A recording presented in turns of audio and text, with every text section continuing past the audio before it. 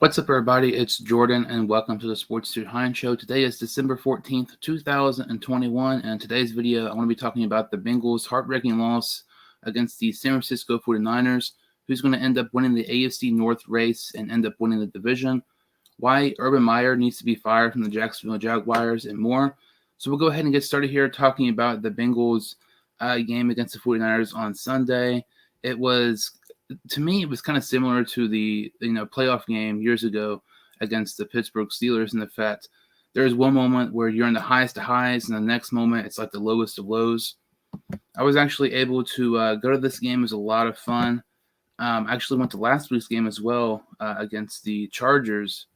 Starting off here with the 49ers and Bengals game. So the 49ers got the ball first. The Bengals defense looked like it was going to be great. They forced a 3-and-out against San Francisco.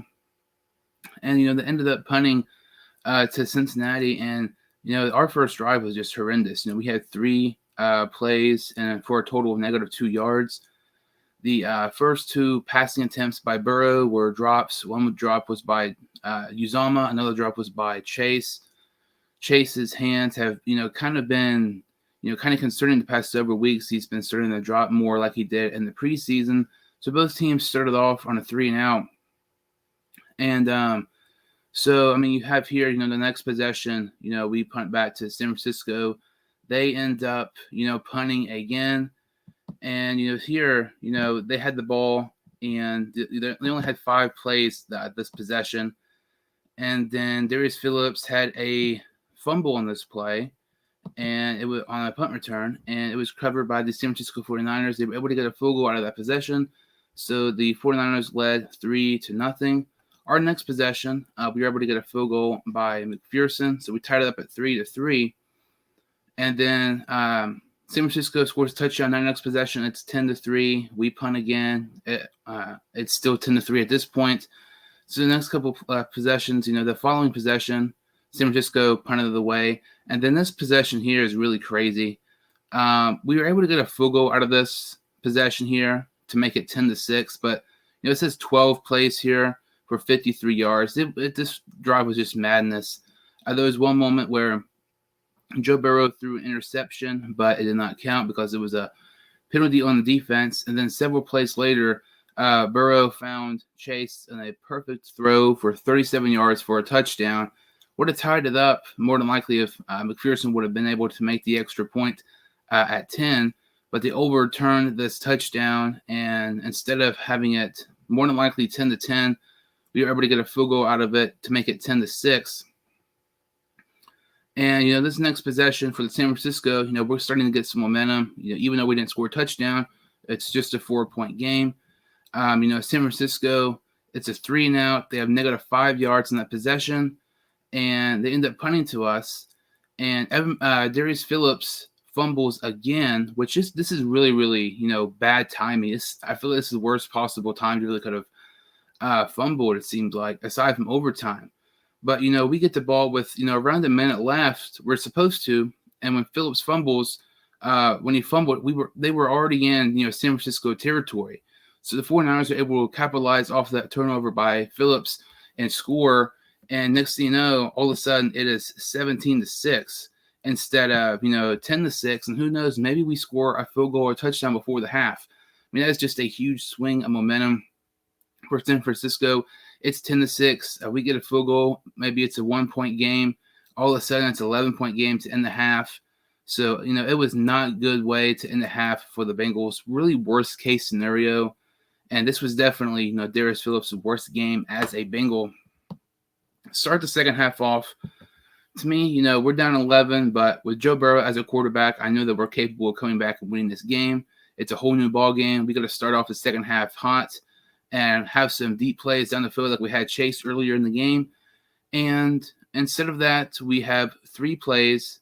All 3 of those plays were rushing plays for just 9 yards. To me, that was very, I don't know how to describe it, conservative, really makes no sense. Not playing to win, but just playing not to lose. To me, very similar to what Marvin Lewis was like during his time with Cincinnati.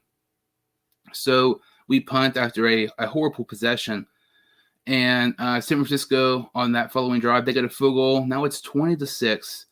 And, the following possession, we're in field goal territory, and Evan McPherson misses a field goal. So it's still 26. We just cannot get anything going at all.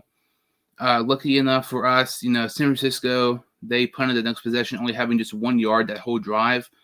Next possession, we get some momentum. We score a touchdown. Make it 20-13. Burrow found Chase, an amazing play on fourth down. It was just a beautiful play. You can really tell the chemistry between those two guys, between Burrow and Chase. San Francisco punted their next possession, and then as did we. And then we punted San Francisco punted again.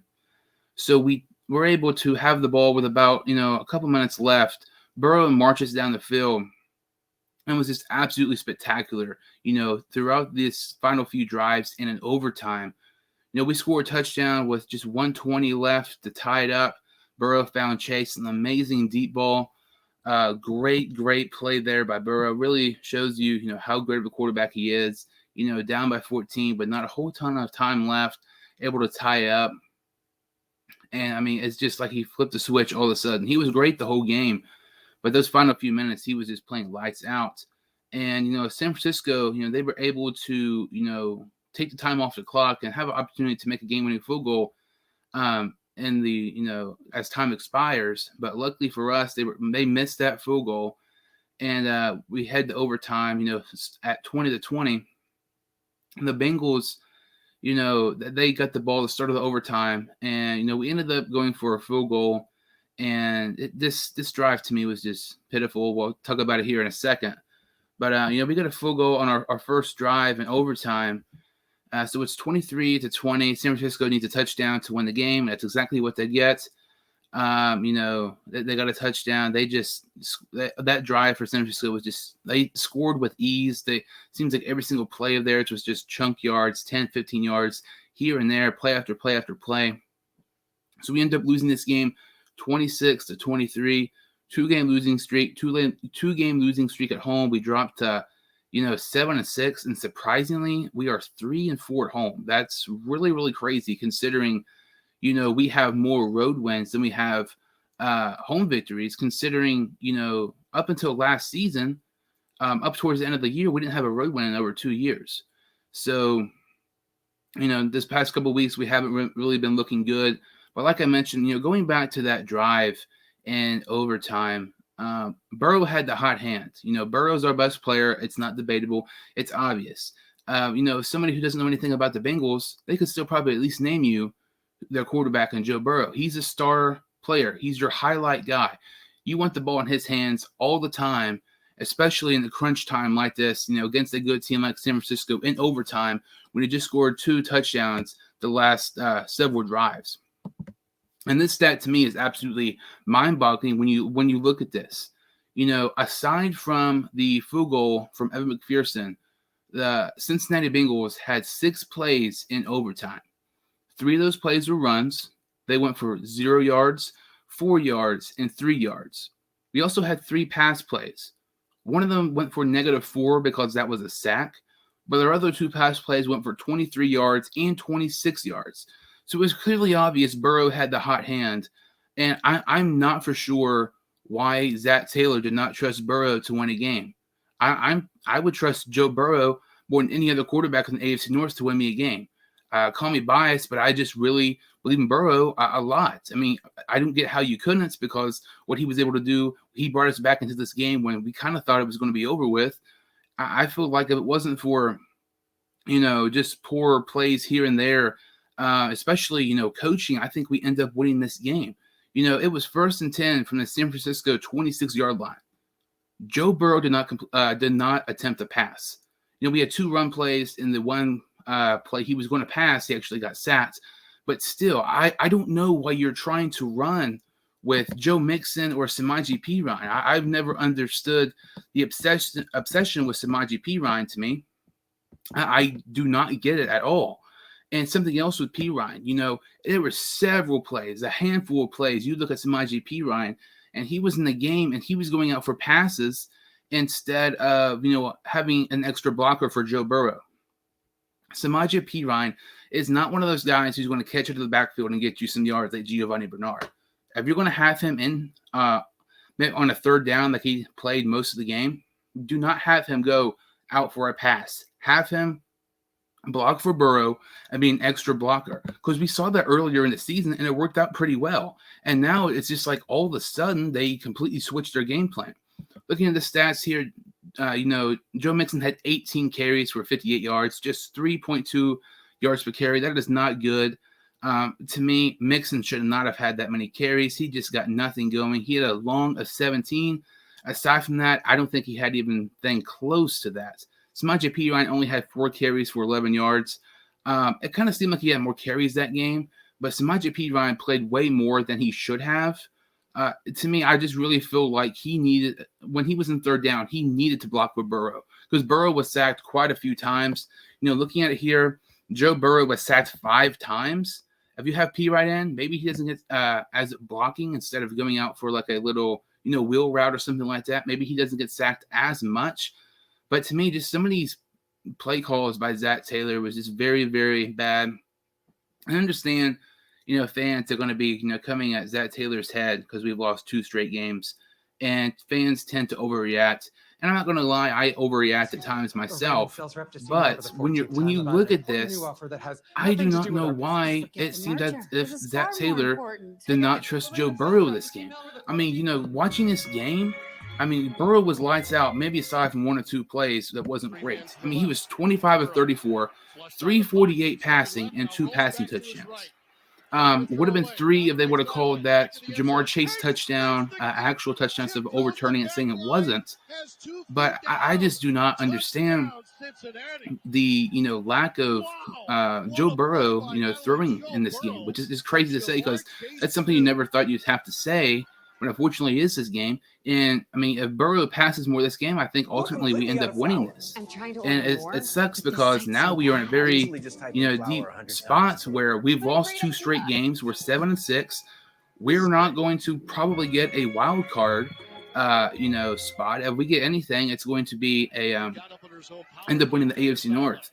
And looking at it now, of watching this game, our injuries, you could really tell, took a toll on this team. Early in the game, Trey Hendrickson got hurt. He did not return in this game. Our defensive line was not the same at all. You could tell just the fire was not there from them. And also, when Logan Wilson got hurt last week against the LA Chargers, that was very concerning. And you just knew George Kittle was going to have a monster day with Logan Wilson, without a doubt, our best linebacker not playing in the game, and without a doubt, our best cover linebacker, out this game. And George Kittle was what you expected him to be this game. He had 13 receptions, 151, and a touchdown. We could not stop him at all. Ayuk had 62 yards and a touchdown. Deebo Samuel had, some rushing yards as well, 37. Jeff Wilson had 56 rushing yards. They had more rushing yards than us. And, you look at the stats of something else. The first half, the total yards were very, very similar, but it's interesting because the stats did not indicate, the score. The first half is very one-sided. Up until about 7 or 8 minutes left, that's where it really, turned on the gas and started playing competitive football. But, this is the second time in 2 weeks in a row where we've seen the Bengals play almost as a spurts. You look at last week against the LA Chargers. We're down, like 20-0, and then all of a sudden we're right back in it. Just only down a few points, and then we lose by like multiple possessions. It's crazy because it makes me so upset, because the potential that the Cincinnati Bengals team has right now. And I know some people say, well, we're exceeding expectations. I don't think we are. With us losing these last 2 games, in my opinion, I feel like this is kind of where Bengals fans expected us to be. The 7-6, around this, area. I predicted us to be 8-9 at the end of the season, and possibly 9-8. And realistically, who knows? That could possibly be a record, 9-8. Outside of Cincinnati, people think that's a good record. That is a good record for, a team who's very young. But at the same time, when you start off, on a hot streak, being 5-2, 5-3, and you end up, 9-8, it's kind of a, down point of the season when you lose so many, games towards the end of the year. So the Bengals, they have a hard stretch of games in the next 4 weeks. They have to win, I would say, 3 of these games to end up winning the AFC North. It's between the Ravens, the Browns, and the Bengals. The Bengals right now are 7-6, and they are third place in the AFC North. This week they play at the Denver Broncos. I think they win this game. The Broncos have the same record as the Bengals. The Broncos are one of those teams who are hit or miss. If they had a good quarterback, they're one of the best teams in the league without a doubt. But the quarterback play is so inconsistent. But I want to take the Bengals here in that one. And then our next 3 games, we play, Baltimore at home, the Chiefs at home, and at Cleveland. Lamar Jackson got hurt this past week against the Cleveland Browns, and the Ravens actually lost. And if with the Ravens losing, if we would have won, we would have been in first place. But instead, we dropped to third. And it looks as this Lamar Jackson will probably end up playing this week in some capacity. But it's interesting, how much he'll play when we play the Baltimore Ravens next week. So we have at Denver, the Ravens, the Chiefs at home, and at Cleveland. In my opinion, I'm not trying to be biased. I know we've not been playing good the last couple of weeks. I think we go 3-1. I think we beat the Broncos. I honestly think we beat the Ravens, and I think we beat the Browns. So with that, we would be 10-7 on the season. And then you look at the Browns. The Browns are second place in the AFC North. They are also 7-6, but they are ahead of us due to the tiebreaker because they beat us earlier in the season. The Browns play the Raiders this week. They play at the Packers, at the Steelers, and they have a home game against us in the season finale. In my opinion, I think the Browns go. It's really interesting. I think they beat the Raiders. I think they lose to the Packers. Steelers are a toss-up. I think we can beat the Browns in the season finale. I'm going to see the Browns go 2-2. They'll finish the season 9-8. And then we have the Baltimore Ravens, where it seems like every single time the Ravens give the Bengals an opportunity to, jump at top of the AFC North, the Bengals somehow, blow it somehow, and they screw it up.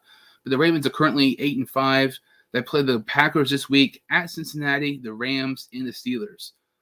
The Ravens, to me, I have said time and time again and again, and Lamar Jackson, I think Lamar Jackson and the Ravens as a whole are just extremely overrated. I don't see any guarantee wins against for this Baltimore Ravens team. I'm not trying to sound biased, and I'm not just saying this because I do not like the Ravens. I don't like Lamar Jackson. Even if Lamar Jackson was healthy, I don't think they beat the Packers. And obviously, he's not going to be 100% healthy against Green Bay this week. At Cincinnati, the key factor in that game is going to be Mark Andrews against our linebacker core right now with Logan Wilson out. But I think we're capable of beating this Ravens team. I know we haven't been playing good, but neither have the Ravens. They play the Rams at home. I don't think they beat the Rams. And then the Steelers to close out in Baltimore. The Steelers are having a down year, but the Steelers already beat the Ravens once this season, just a week or two ago. I think the Steelers are one of those teams, playing against the Ravens. Despite when the Steelers are down, those are always very competitive games. I think the Ravens go 1-3 in this stretch here. I think they go 9-8. So that's the Ravens being 9-8, which they will lose to the Packers. They will lose to the Bengals and the Rams, but they would beat the Steelers. I have the Browns going 9-8. They beat the Raiders and they beat the Steelers, but they beat the Browns going 9-8. They beat the Ravens and they beat the Steelers, but they lose to Green Bay and Cincinnati. And I have the Cincinnati Bengals going 10-7. They win 3 of the 4. Their only loss out of these 4 games, in my opinion, will be against the Kansas City Chiefs. I think they'll beat the Cleveland Browns. I think they'll beat the Baltimore Ravens, and I think they'll beat the Broncos. I'm not trying to sound biased. I honestly think the Bengals will end up winning the AFC North. But if we don't end up winning the AFC North, the chances of us getting a wild card spot are very, very, very unlikely. It's interesting because all 4 of these AFC North teams still have 2 divisional games remaining. It's going to be very interesting to see how that plays out. Hopefully the Bengals can pull it off and end up winning the division for the first time since 2015. So, there's been lots of, NFL, news past couple of days, lots of upsets. For example, look at the Rams and Cardinals yesterday. Jalen Ramsey was out, Tyler Higbee was out, and the Rams find a way to beat the Cardinals, who at the time, yesterday had the best record in the NFL. And also on Sunday, there was a game with the Titans and the Jaguars. The Titans ended up winning this game 20-0, and it was very shocking to me because throughout last week there was lots of rumors about Urban Meyer's job security. There was leaks and everything that he said his coaches were losers. He got in disagreements and arguments with former Bengal wide receiver Marvin Jones. So there's lots of tension going on in Jacksonville with Urban Meyer. So you think maybe they come out prepared and juiced and hyped up to go play the Tennessee Titans, and they just fell flat on their face. They lost 20-0. Trevor Lawrence threw 4 picks. And during the post-game press conference, Urban Meyer was asked about rookie safety from Syracuse, Andre Cisco, about playing more. He said he thought he played a little bit more, but he'd have to see. Cisco did not even play a snap that game. I mean, if that does not tell you that Urban Meyer has no idea what he's doing, I don't know what else more to tell you. Urban Meyer is not capable of being a head coach in the NFL. It was a disastrous hire to begin with.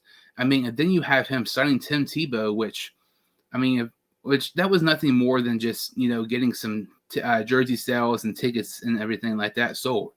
That signing did not make any sense. Urban Meyer, a guy who's coming off health concerns, who was retired from coaching for several years, then he comes to the NFL. Coaching college football and the NFL is a significant gap, and it's much more harder than people think. Because one, the competitive playing style between college football and the NFL is so much different. And Meyer even admitted, it's like playing Alabama every single week. And in college football, I mean, you're leading young men, who are in their early 20s, and when the NFL, you're coaching guys who already have families and wives and kids and everything like that. We already saw how Urban Meyer is disciplined, and how he was able to control his team during his time in Florida. There was one year, I believe, 1/3 of the Florida Gators roster was arrested. So to me, I just do not understand why Urban Meyer is the coach currently of the Jacksonville Jaguars. I even said this back in, I believe, January. This hiring was horrible. It was worst case scenario. I think it's going to go down as one of the worst NFL hirings in NFL history.